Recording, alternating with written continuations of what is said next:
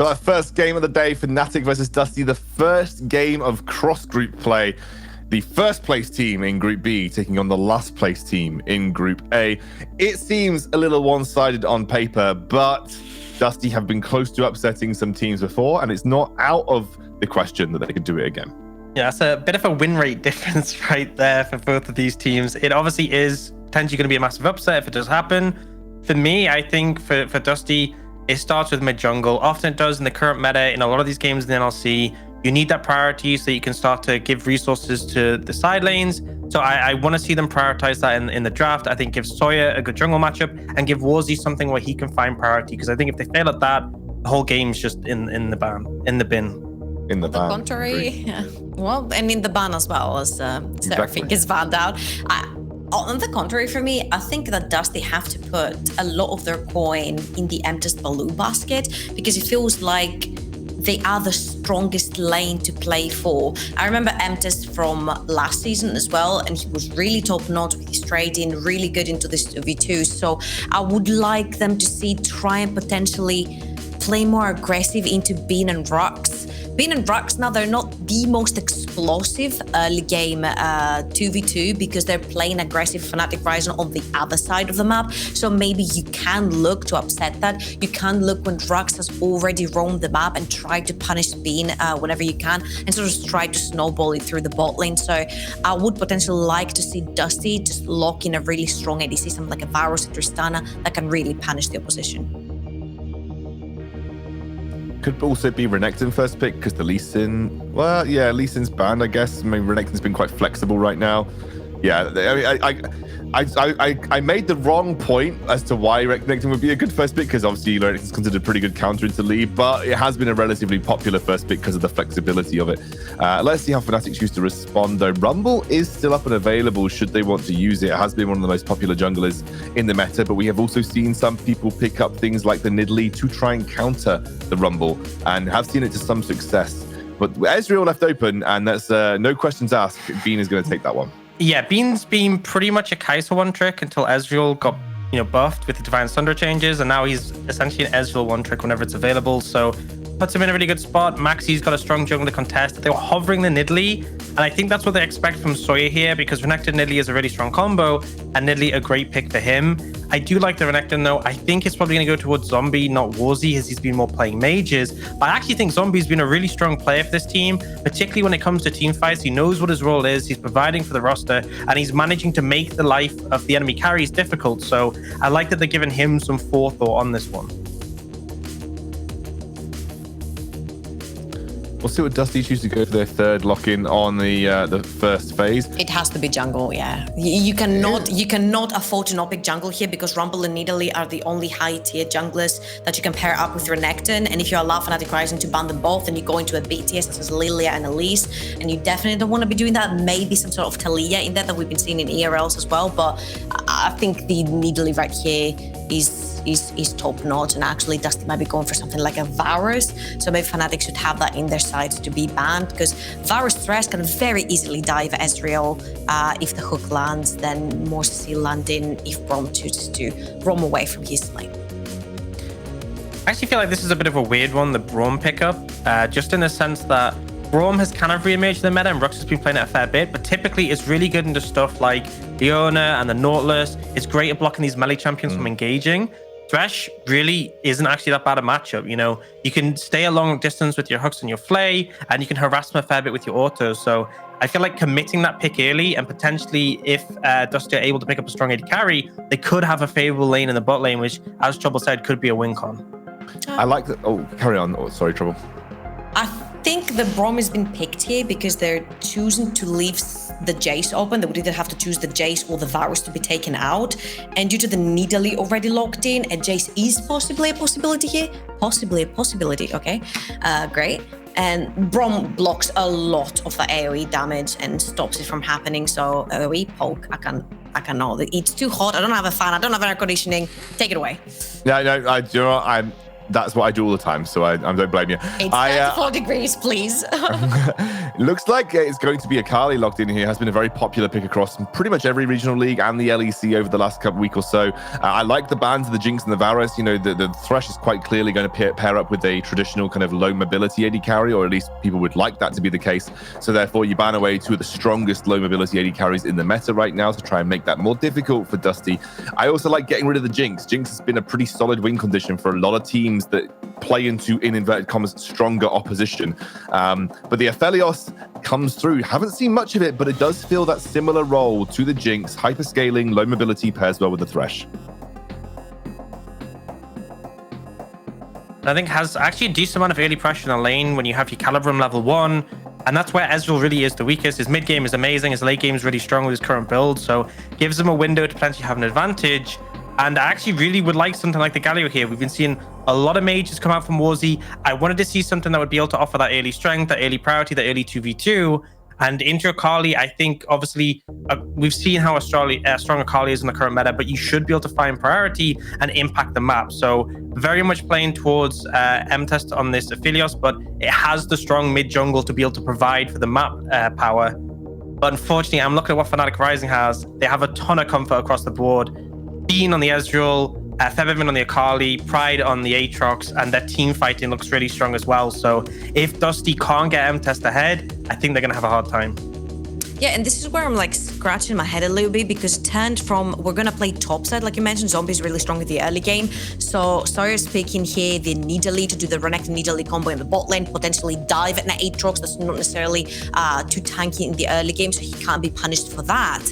But then you also want to play for M-Test in the bot lane. Luckily for them, Braum Ezreal lane is not that aggressive, especially when you have a Thresh next to you. But I do see the idea behind we're gonna protect the Aphelios. I just feel that Rumble here might have just been superior when everyone just dives in, trying to pile onto the Aphelios, and then you have a box, and you have the Galio taunt, and you have the Renekton stun as well onto an equalizer. Would have been huge. I just want to see the impact that Nidalee is going to have on this one. Yeah, I think there's a lot of individual pressure on Sawyer here, and I agree with you. I felt like Rumble was probably the safer choice if you're trying to play this kind of like coordinated, heavy CC team fight. So yeah, I think that the Nidalee has got a lot of pressure on her shoulders here, Orcs. Yeah, I feel like for me, it is a bit of a signature pick for Sawyer, but he's putting so much weight on his shoulders. I think Rumble would have offered a lot more in the team fight. You could have lent into that more. But this isn't even about M-Test as much as he's going to be the carry later on. Because whether he loses or wins is not really about him. It's whether his team can set up for him. This is all, can Sawyer snowball? Can he make his solo laners?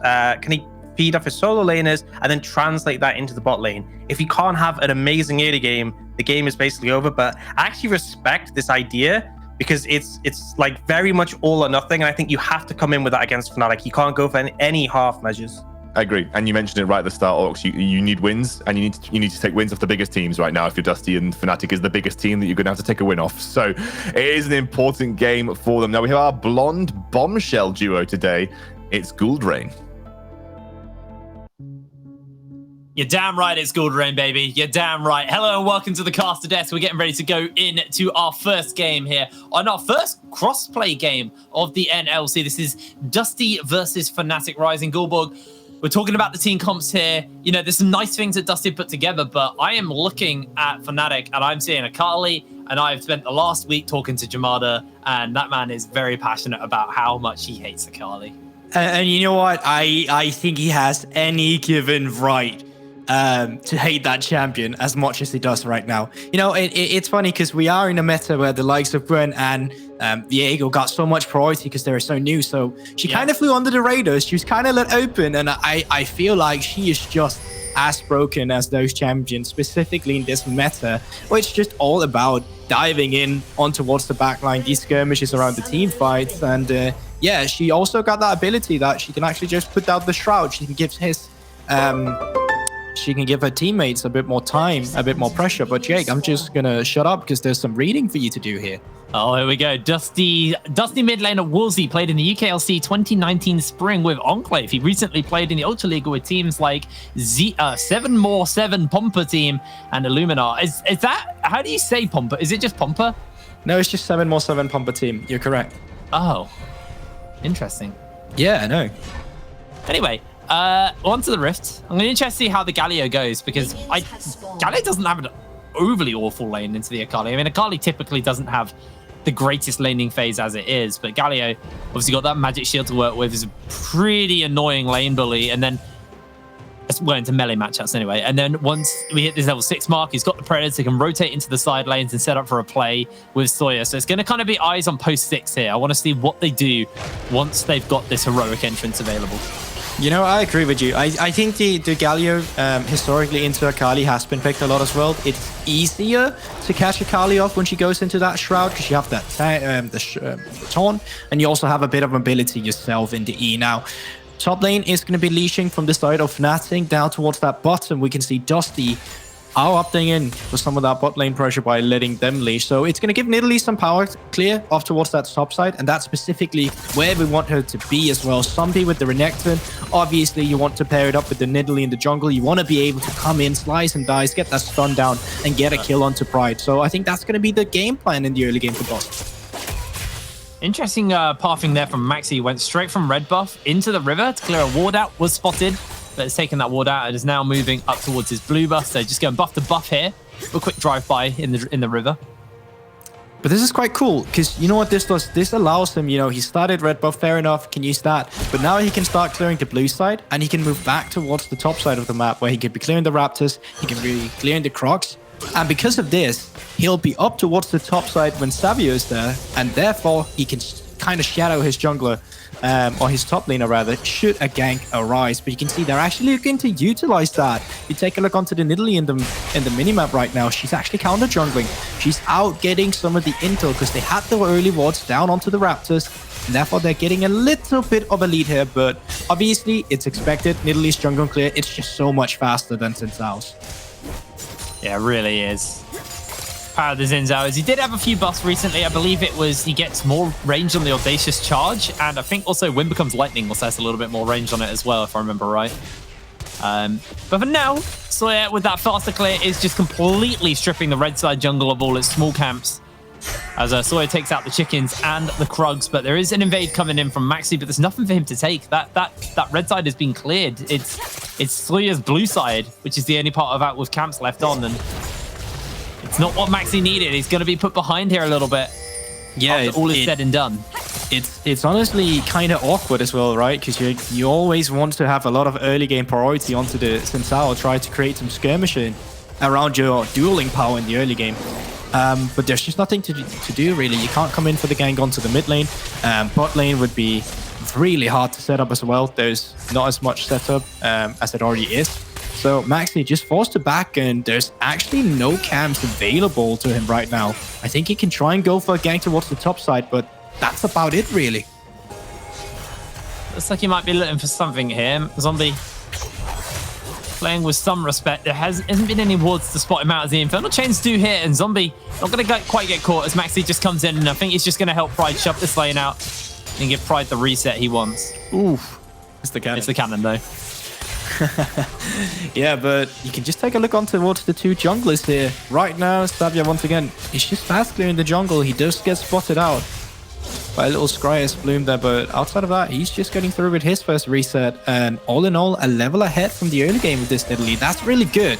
But the problem, or not the problem, the question will be, what can she do with it? Because she needs to accelerate a lane from this as well. Well, Wave's shoving in here in the bot lane. Pretty large wave, which probably should be able to collapse in on most of, as Wolsey has a wave crashing into him, but that's a Galio.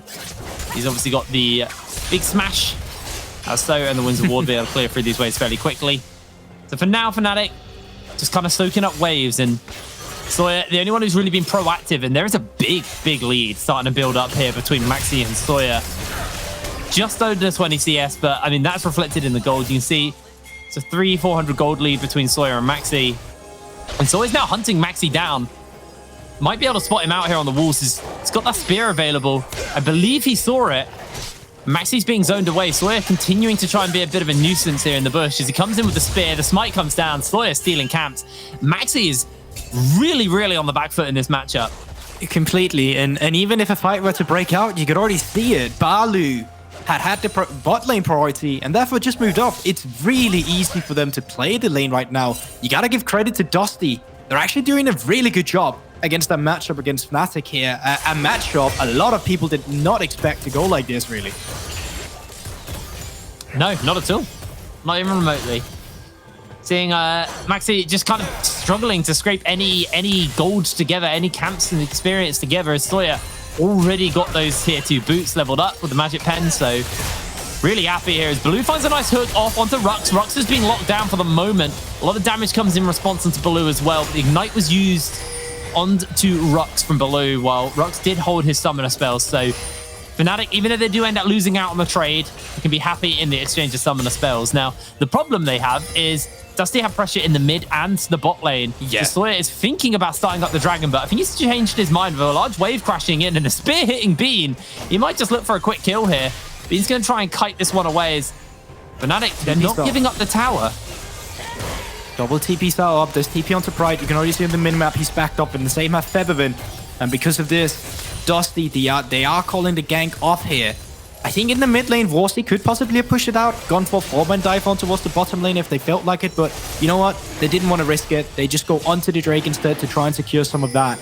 And in the meantime, Maxi is trying to use some of this time spent from Savvy onto this Drake to actually counter jungle a little. So Maxi, you can see from where he was only 20 camp or 20 steers behind in the jungle before, now it's down to a bit less than that, but honestly still behind. Really on Fnatic to try and play this weak side here. They've got themselves a 1,000 gold deficit right now already to Dusty. Dusty secured that first dragon.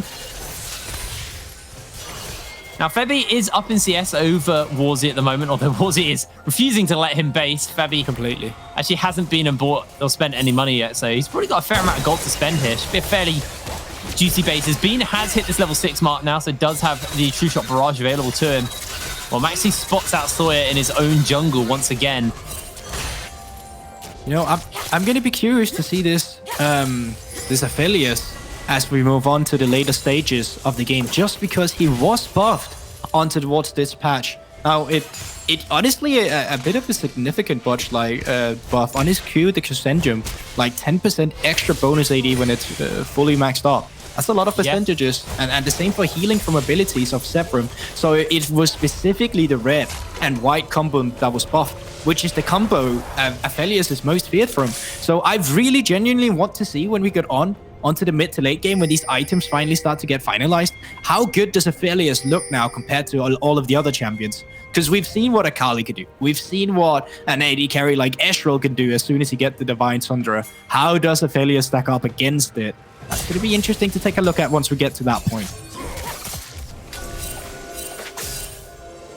Sibalu's actually moved over towards the top side. It looks like the attention is going to be towards this Rift Out as Maxi gets himself caught out, goes in with the ulti to try and keep himself alive at the moment as the spear hits onto Rux. Febby flashes forward, has popped the perfect execution as the Glacial Fish is used, the taunt zoning them away for the moment as Rux gets hooked and he will get taken down. First blood for Warzy. Bit of a miscoordination coming in there from the side of Fnatic. Rux ends up paying for that. And Maxi, in the beginning, quite cool. The way he got out with his ultimate and eat out and Febby flashes in. Feels like it was a bit overforced after that one. It felt like they thought they could still go in, and meanwhile, Rux was just getting poked down. But good roam from Baloo initially, good hook as well, and it's giving them all the pressure around this Rift Herald. I don't think there's much Fnatic can do to stop this one. They'll just have to give it up, although they are posting as if they want to get in here. You can see at the minimap, Rux is coming back. Early death time was Maxi on the other side as well. Well, the Rift Herald's already been picked up, but they're looking for the fight. They're stacking up those concussive blows. Warzy, one away from going down, but able to survive it. It's the True Shot Barrage. Just going to hit a couple of camps and sail off the side of the Rift. You know, it's worth the try. If a fight were to break out, might have hit something, but Dusty, once again, they are just ahead of the play. Good rotation came in from Barley, while the two AD carries were just fighting here against each other, and we'll take a look onto it once again with the replay. Initially, really good hook, and look what Max did with his ultimate. Push Balu back and could honestly just get out of here. A bit overforced for Bevy to flash in here. I think it's a bit greedy. I don't know if the communication was up that Thresh did not have flash, because as soon as Balu just flashes out of there, I don't think there's much he initially can do about that play. And once again, Dusty just did a really good job at using that pressure, get the Rift Tail, get out of it, even got first blood as well. Looking really good for Dusty with this early game. And Test, not quite the I'll murder you guns, but it's still able to do a fair amount of damage. As Maxi's actually looking for something here. M-Test is going to walk forward. Jumps in with the Audacious Charge. They've got the Lantern though, and as the wind becomes lightning, the hook will follow up, and that is going to be Maxi getting himself a 3-point spike off on to Baloo.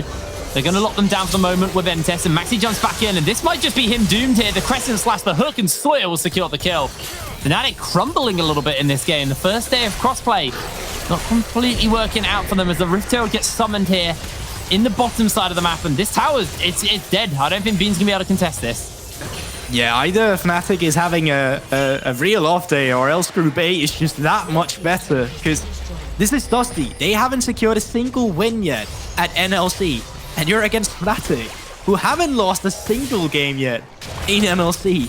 It couldn't be more opposite between those two teams.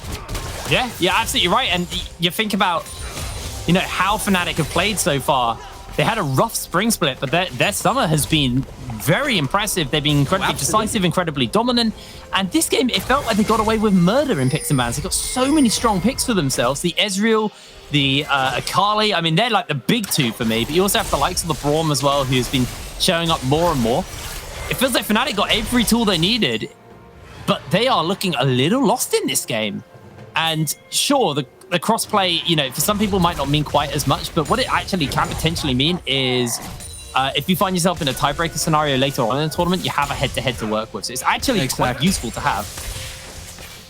And it's quite entertaining. If you saw just before, there's a lot of other matches we have later today in our cross day. So yeah, stay tuned for that as well. But back to this game, Dusty, with all the pressure, the small lead that we've already talked about, we don't really need to establish that any longer, is just able to pick up the second Drake here. And at some point in time, we'll have Fnatic try to respond back, but they haven't even finished Mythic yet. No one has. But I think we're looking at a 2-item power spike, or at least 1 item before they're really feeling confident for this one. Because all of these champions right now are champions that does well because of some of the items buffs that came through as well. Akali rushes the Riftmaker. Riftmaker was buffed in terms of how easy it is to proc the true damage now. The same with Ezreal. Really needs that Divine Sunderer for the actual damage potential that this champion possesses later into the mid game. So we are still waiting for that spike in Fnatic Rising's composition, but something you can credit them on is finding a way back, perhaps. Instantly locked up, they bring the Galio in, the knockup's not going to quite hit, but there's a Glacial Fissure, just a zone for the moment. Maxi able to kite away, good hook by Baloo, but a jump to safety by Rux will mean he's safe. Baloo's been very on it with these hooks, and Zombie able to survive, just forcing out the ultimate from Warzy. His tower's only going to drop a single plate, so not the end of the world for him. Now M-Test going to get engaged onto, but there's not really any follow-ups, so it's a little bit of poke into M-Test. Yeah, you don't want to fall for that E in with Ezreal or Sinsao either. There's not much you can do out of it, but Sawyer... Oh, there's a true shot. Sawyer flashes away. Maxi flashes forwards as well. The Lantern by Baloo comes in so clutch. And I feel like this Thresh pick from the side of Dusty have given them so much so far. Earlier kill we got before Herald with the first blood. Baloo was a part of it. This time, Sawyer in a position where he really should not have been able to get away. He's there with a crucial Lantern. And Baloo, if you don't know him, a guy that's been heavy favored to play Thresh in the past as well. His main champion as well. And you can see why. You can see why this has been a champion that's been banned out against him in the past. I mean, it's been banned, I think 100%. It's got a very high ban rate right now in the NLC. It's 100% high. Yeah, exactly. And the part of its strength isn't just the fact that, he's a bit of a playmaker, hook in the flay. The Lantern is such a powerful tool. Ignoring the shielding, ignoring anything other than that, it's just a get out of jail card. And we saw that happen right there. Fnatic trying to find their pick, unable to make it happen. The Lantern just being too impactful. We actually see it right here. Oh, if that true shot barrage connected, I think he's just dead. But fact is, he flashes onto the Lantern, and the shielding he got from the Lantern actually procced Baloo's Guardian as well. So it was just so incredibly hard for him to actually pick him up. And that's the build you go on Thresh now. You opt into the Guardian, you opt in for Shurelius, and then you opt in for Redemption actually for that extra shielding power. So you play Thresh as a character that's got a toolkit, as we already know it, with the engages of the Death Sentence, with the emergency exit with the Dark Passage, and then you just have these Enchanter extra abilities with the movement speed and the healing you get from Redemption. Really just becomes an all-around character, which is obviously crucial in a meta like this that's so skirmish heavy. And we're 16 minutes in. Only one tower has fallen. Dusty were able to pick it up in the bottom side. Kind of take stock of where we are right now in the game state, because Fnatic undefeated over in Group B to Dusty, who are unable to find themselves a single win, are down right now. Fnatic are in a really rough position. They're looking to try and punish onto Zombie, but Zombie has the whip, has the dominance, the teleport's coming in. Fnatic, they want this, but they're bringing a teleport in as well. Zombie locked in underneath the tower. He's going low, he's going down. Febby finds the kill. The perfect execution is pulled. Torn onto free. Warzy flashes away to safety. And that's going to be all she wrote on that little dive. I was going to say, I don't think you really wanted to TP in there on this other side of the map. Dustin was already winning out by getting the Rift Herald, and then, yes, obviously the cross map is going to come through. A bit disrespectful by Sombra really not just completely abandoning that turret, because I think that was initially the only thing you could do. So Warzy end up TPing as well, burning Flash as well, because it's still a 4 versus 2 situation. And that may be crucial, because the third Drake now hit Brain is going to be that Mountain Drake. It is going to be sole point you can get onto for Dusty if they're able to pick it up. But this time around, no flash onto the Galio. That can be exposed. Yeah, that could be problematic here. As Febby still has his flash, did burn the teleport. But we have a double summoner spells on Bean. Bean now kind of getting closer and closer towards his power spike. He's got the Divine Thunder. I mean, all the Fnatic have finished up their mythics, bar the support. Same though for the side of Dusty, and they've just got a couple extra components as well. So it's not just the Gore Drinker, it's the Bramble Vest onto Zombie. To be fair, Pride also got a Bramble Vest as well, so that one's fairly even. But you got those tier 2 boots in the cooldown reduction here for Sawyer. So it looks like Fnatic, even though they're a little bit down in the old item department, are still stepping forward. They're looking to try and contest. They're looking to try and fight. This is looking pretty rough as well. I think from the side of Fnatic, the Ezreal poke is what's going to be crucial. They need to find some extra damage onto them, because Dusty's team fighting right now is really strong. You got some good peeling together with the Thresh. You got the Galio who's going to be able to disengage whatever you threw at them with the Taunt as well. So they are using the Rift Herald to get that 6-man advantage pressure into the mid lane, but Drake could be started up by Fnatic here. Become a bit of a different situation for them now. Pride's on the flank. He's got that World Ender. Hasn't been spotted out. Rux will be seen, though. Here they come, looking for the opportunity. Pride's going to step away. It looks like with the wave getting caught by Bean, he's not in position to contest this. And Dusty just hunting Pride. The Spear's going to connect onto him. That means Sawyer can leap and get a good old chunk out as Fnatic have started up the Dragon. Bean and Featherman on the sidelines, trying to see if they can find an opportunity to get in. But Feathy on top of a ward right now. Has to be quite careful. And Fnatic not willing to give this Dragon up. They want to contest. They want to fight here. As Dusty will catch the wave and just shove it in. That's going to be lost to Fnatic. Febby now, again, caught out by this ward. And you can see all the vision control have just gone over to the side of Dusty. It's going to be so hard for Fnatic to pilot this fight as well, but they're doing a good job with poking them down here, and the fight might just break out now. There's the Glacial Fisher onto multiple members. A big knockups coming in. 2 knocked up already, and Zombie's taking out Rux. That's the second one of Fnatic going down. Zombie's low. Febby slides in for the kill. Gets the Shuriken flip off. Hasn't got that perfect execution. Goes invisible. Goes with a stopwatch for the moment, as Fnatic have just lost this fight wholehandedly. Pride's going to do his best to try and save the day, but he is going low, and he is going down. Sawyer finds the kill. Bean's trying to just find a little bit more poke. Dusty, all low health inside the pit, but they're able to secure the Dragon. They're able to secure the team fight and force Fnatic off. And once again, Dusty just runs away with everything. Not only do they get the Drake, they also get 4 members. That's extra gold in the inventory. Close to 5,000 gold lead for Dusty now. Everything is going right for them now. They are on the right track to actually come out ahead here. And once again, great hook from Balu to set up the fight. They split up the fights afterwards with the Gallery ultimate, and it just becomes really tough from the members of Fnatic to fight it off. Yes, Bevivin does a great job getting onto the Renekton, but once you're in there and there's no follow-up from the teammate, there's really not much you can do here. Pride does a great job by trying to get in here. Did he have a flash? Maybe he could have done more, but he didn't. So there's not much you can do in that situation. And in the end, it's just been trying to poke the rest of them down, but the HP bars are just so high that there's nothing you can do, really. Not at all. As we hit the 20-minute mark, a 5,000 gold lead to the side of Dusty. They are looking to do it. They're looking to take down the undefeated Fnatic. Double stopwatches on both Sawyer and Warzy. You've got the Phantom Dancer onto M-Test. Items are here. Strengths are coming through. While Fnatic, they're still kind of in a bit of a lull. You want that second item on the Ezreal. You really want that Manamune. Has got that Divine Thunder, but been sitting on for a little while here. Fnatic significantly down in power, and Dusty, they might just try their hand here at this Baron. They're gonna have to clear out some of this vision. There's the permanent vision from the crab, so might not do it while that's up. Yeah, and as Fnatic rising right now, your objective for the game definitely needs to try and slow down the pace of it. Now, you have bought yourself, well, you didn't really buy yourself anything. There is 3 minutes until Soul respawns, but with this Mountain Drake going over with a Soul Point, I actually don't think it's the worst case scenario to give this one over if you're not in a position where you're able to fight. If you lose the fight around the next Drake, that's Baron you lose as well. That's Soul combined, and then it's going to be the Baron. There's just not much you could do in that situation. So outside of Fnatic, it's just keeping yourself stable on the map. Make sure not to fall for any plays that Dusty's setting up, and try to make the game state as neutral as you possibly can. Because right now, you take a look onto the inventories, there's 2 finished items on all of Dusty. So should a fight break out now, there's not really much Fnatic theoretically should be able to do. They need their own second item before they can really punish in a fight.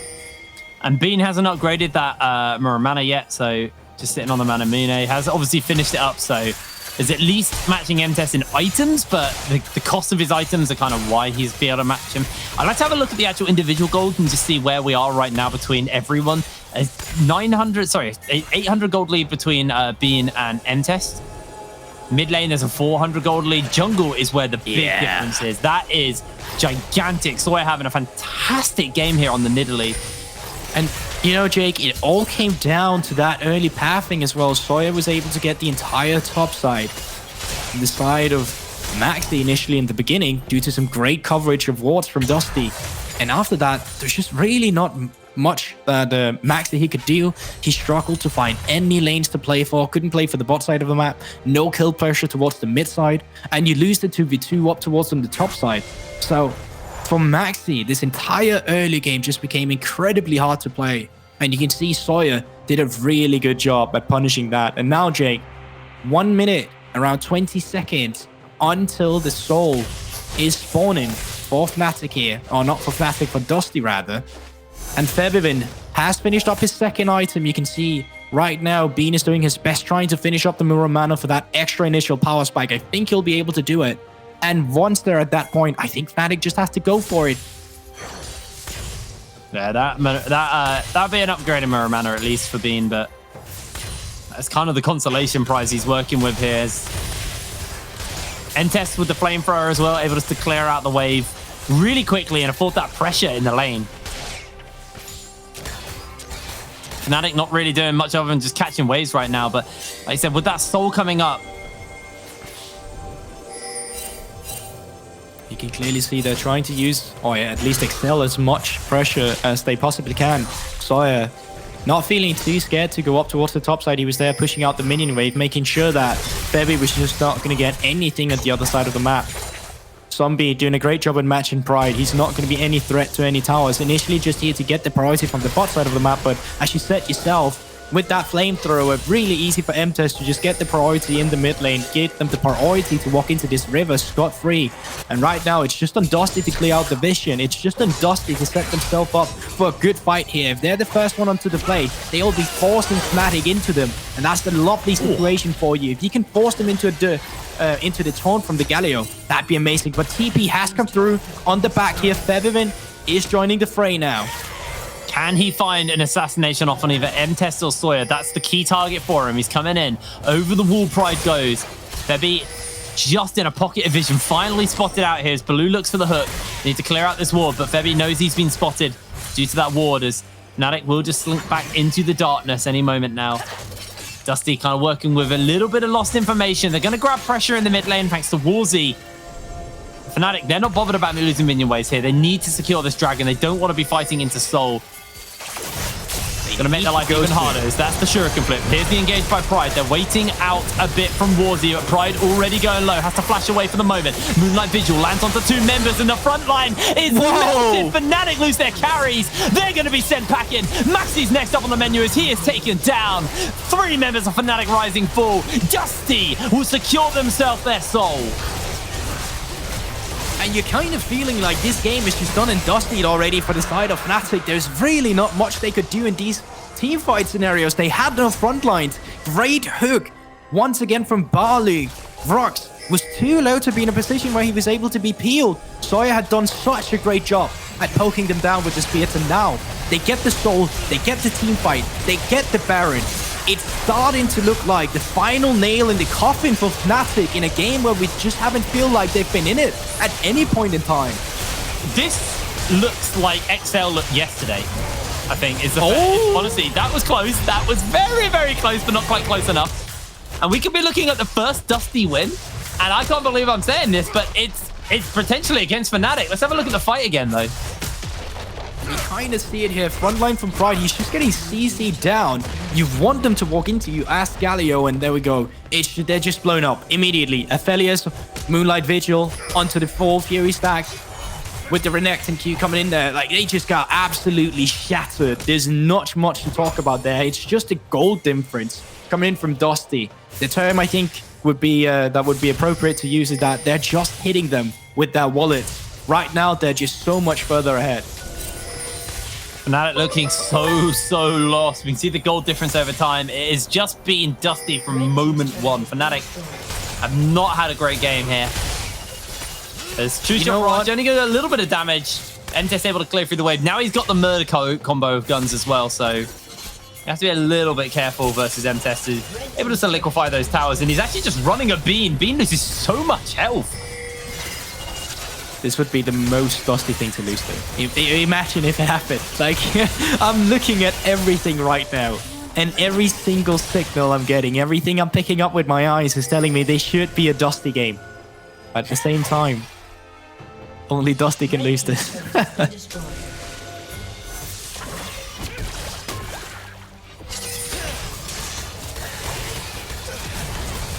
Oh, it's going to be the end of the tower. Inhibitor will be falling fairly soon. Fnatic just running out of time, running out of options here as their mid lane inhibitor goes down. Zombie just going to catch this wave here.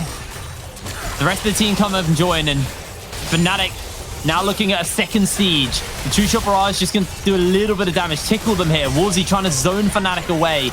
As the turret goes low, the Glacial Fissure goes down, and it's not going to be enough. That's a big taunt onto multiple members. The follow-up's not there, though. And Fnatic are just going to lose their second inhibitor. They are bleeding out slowly to Dusty.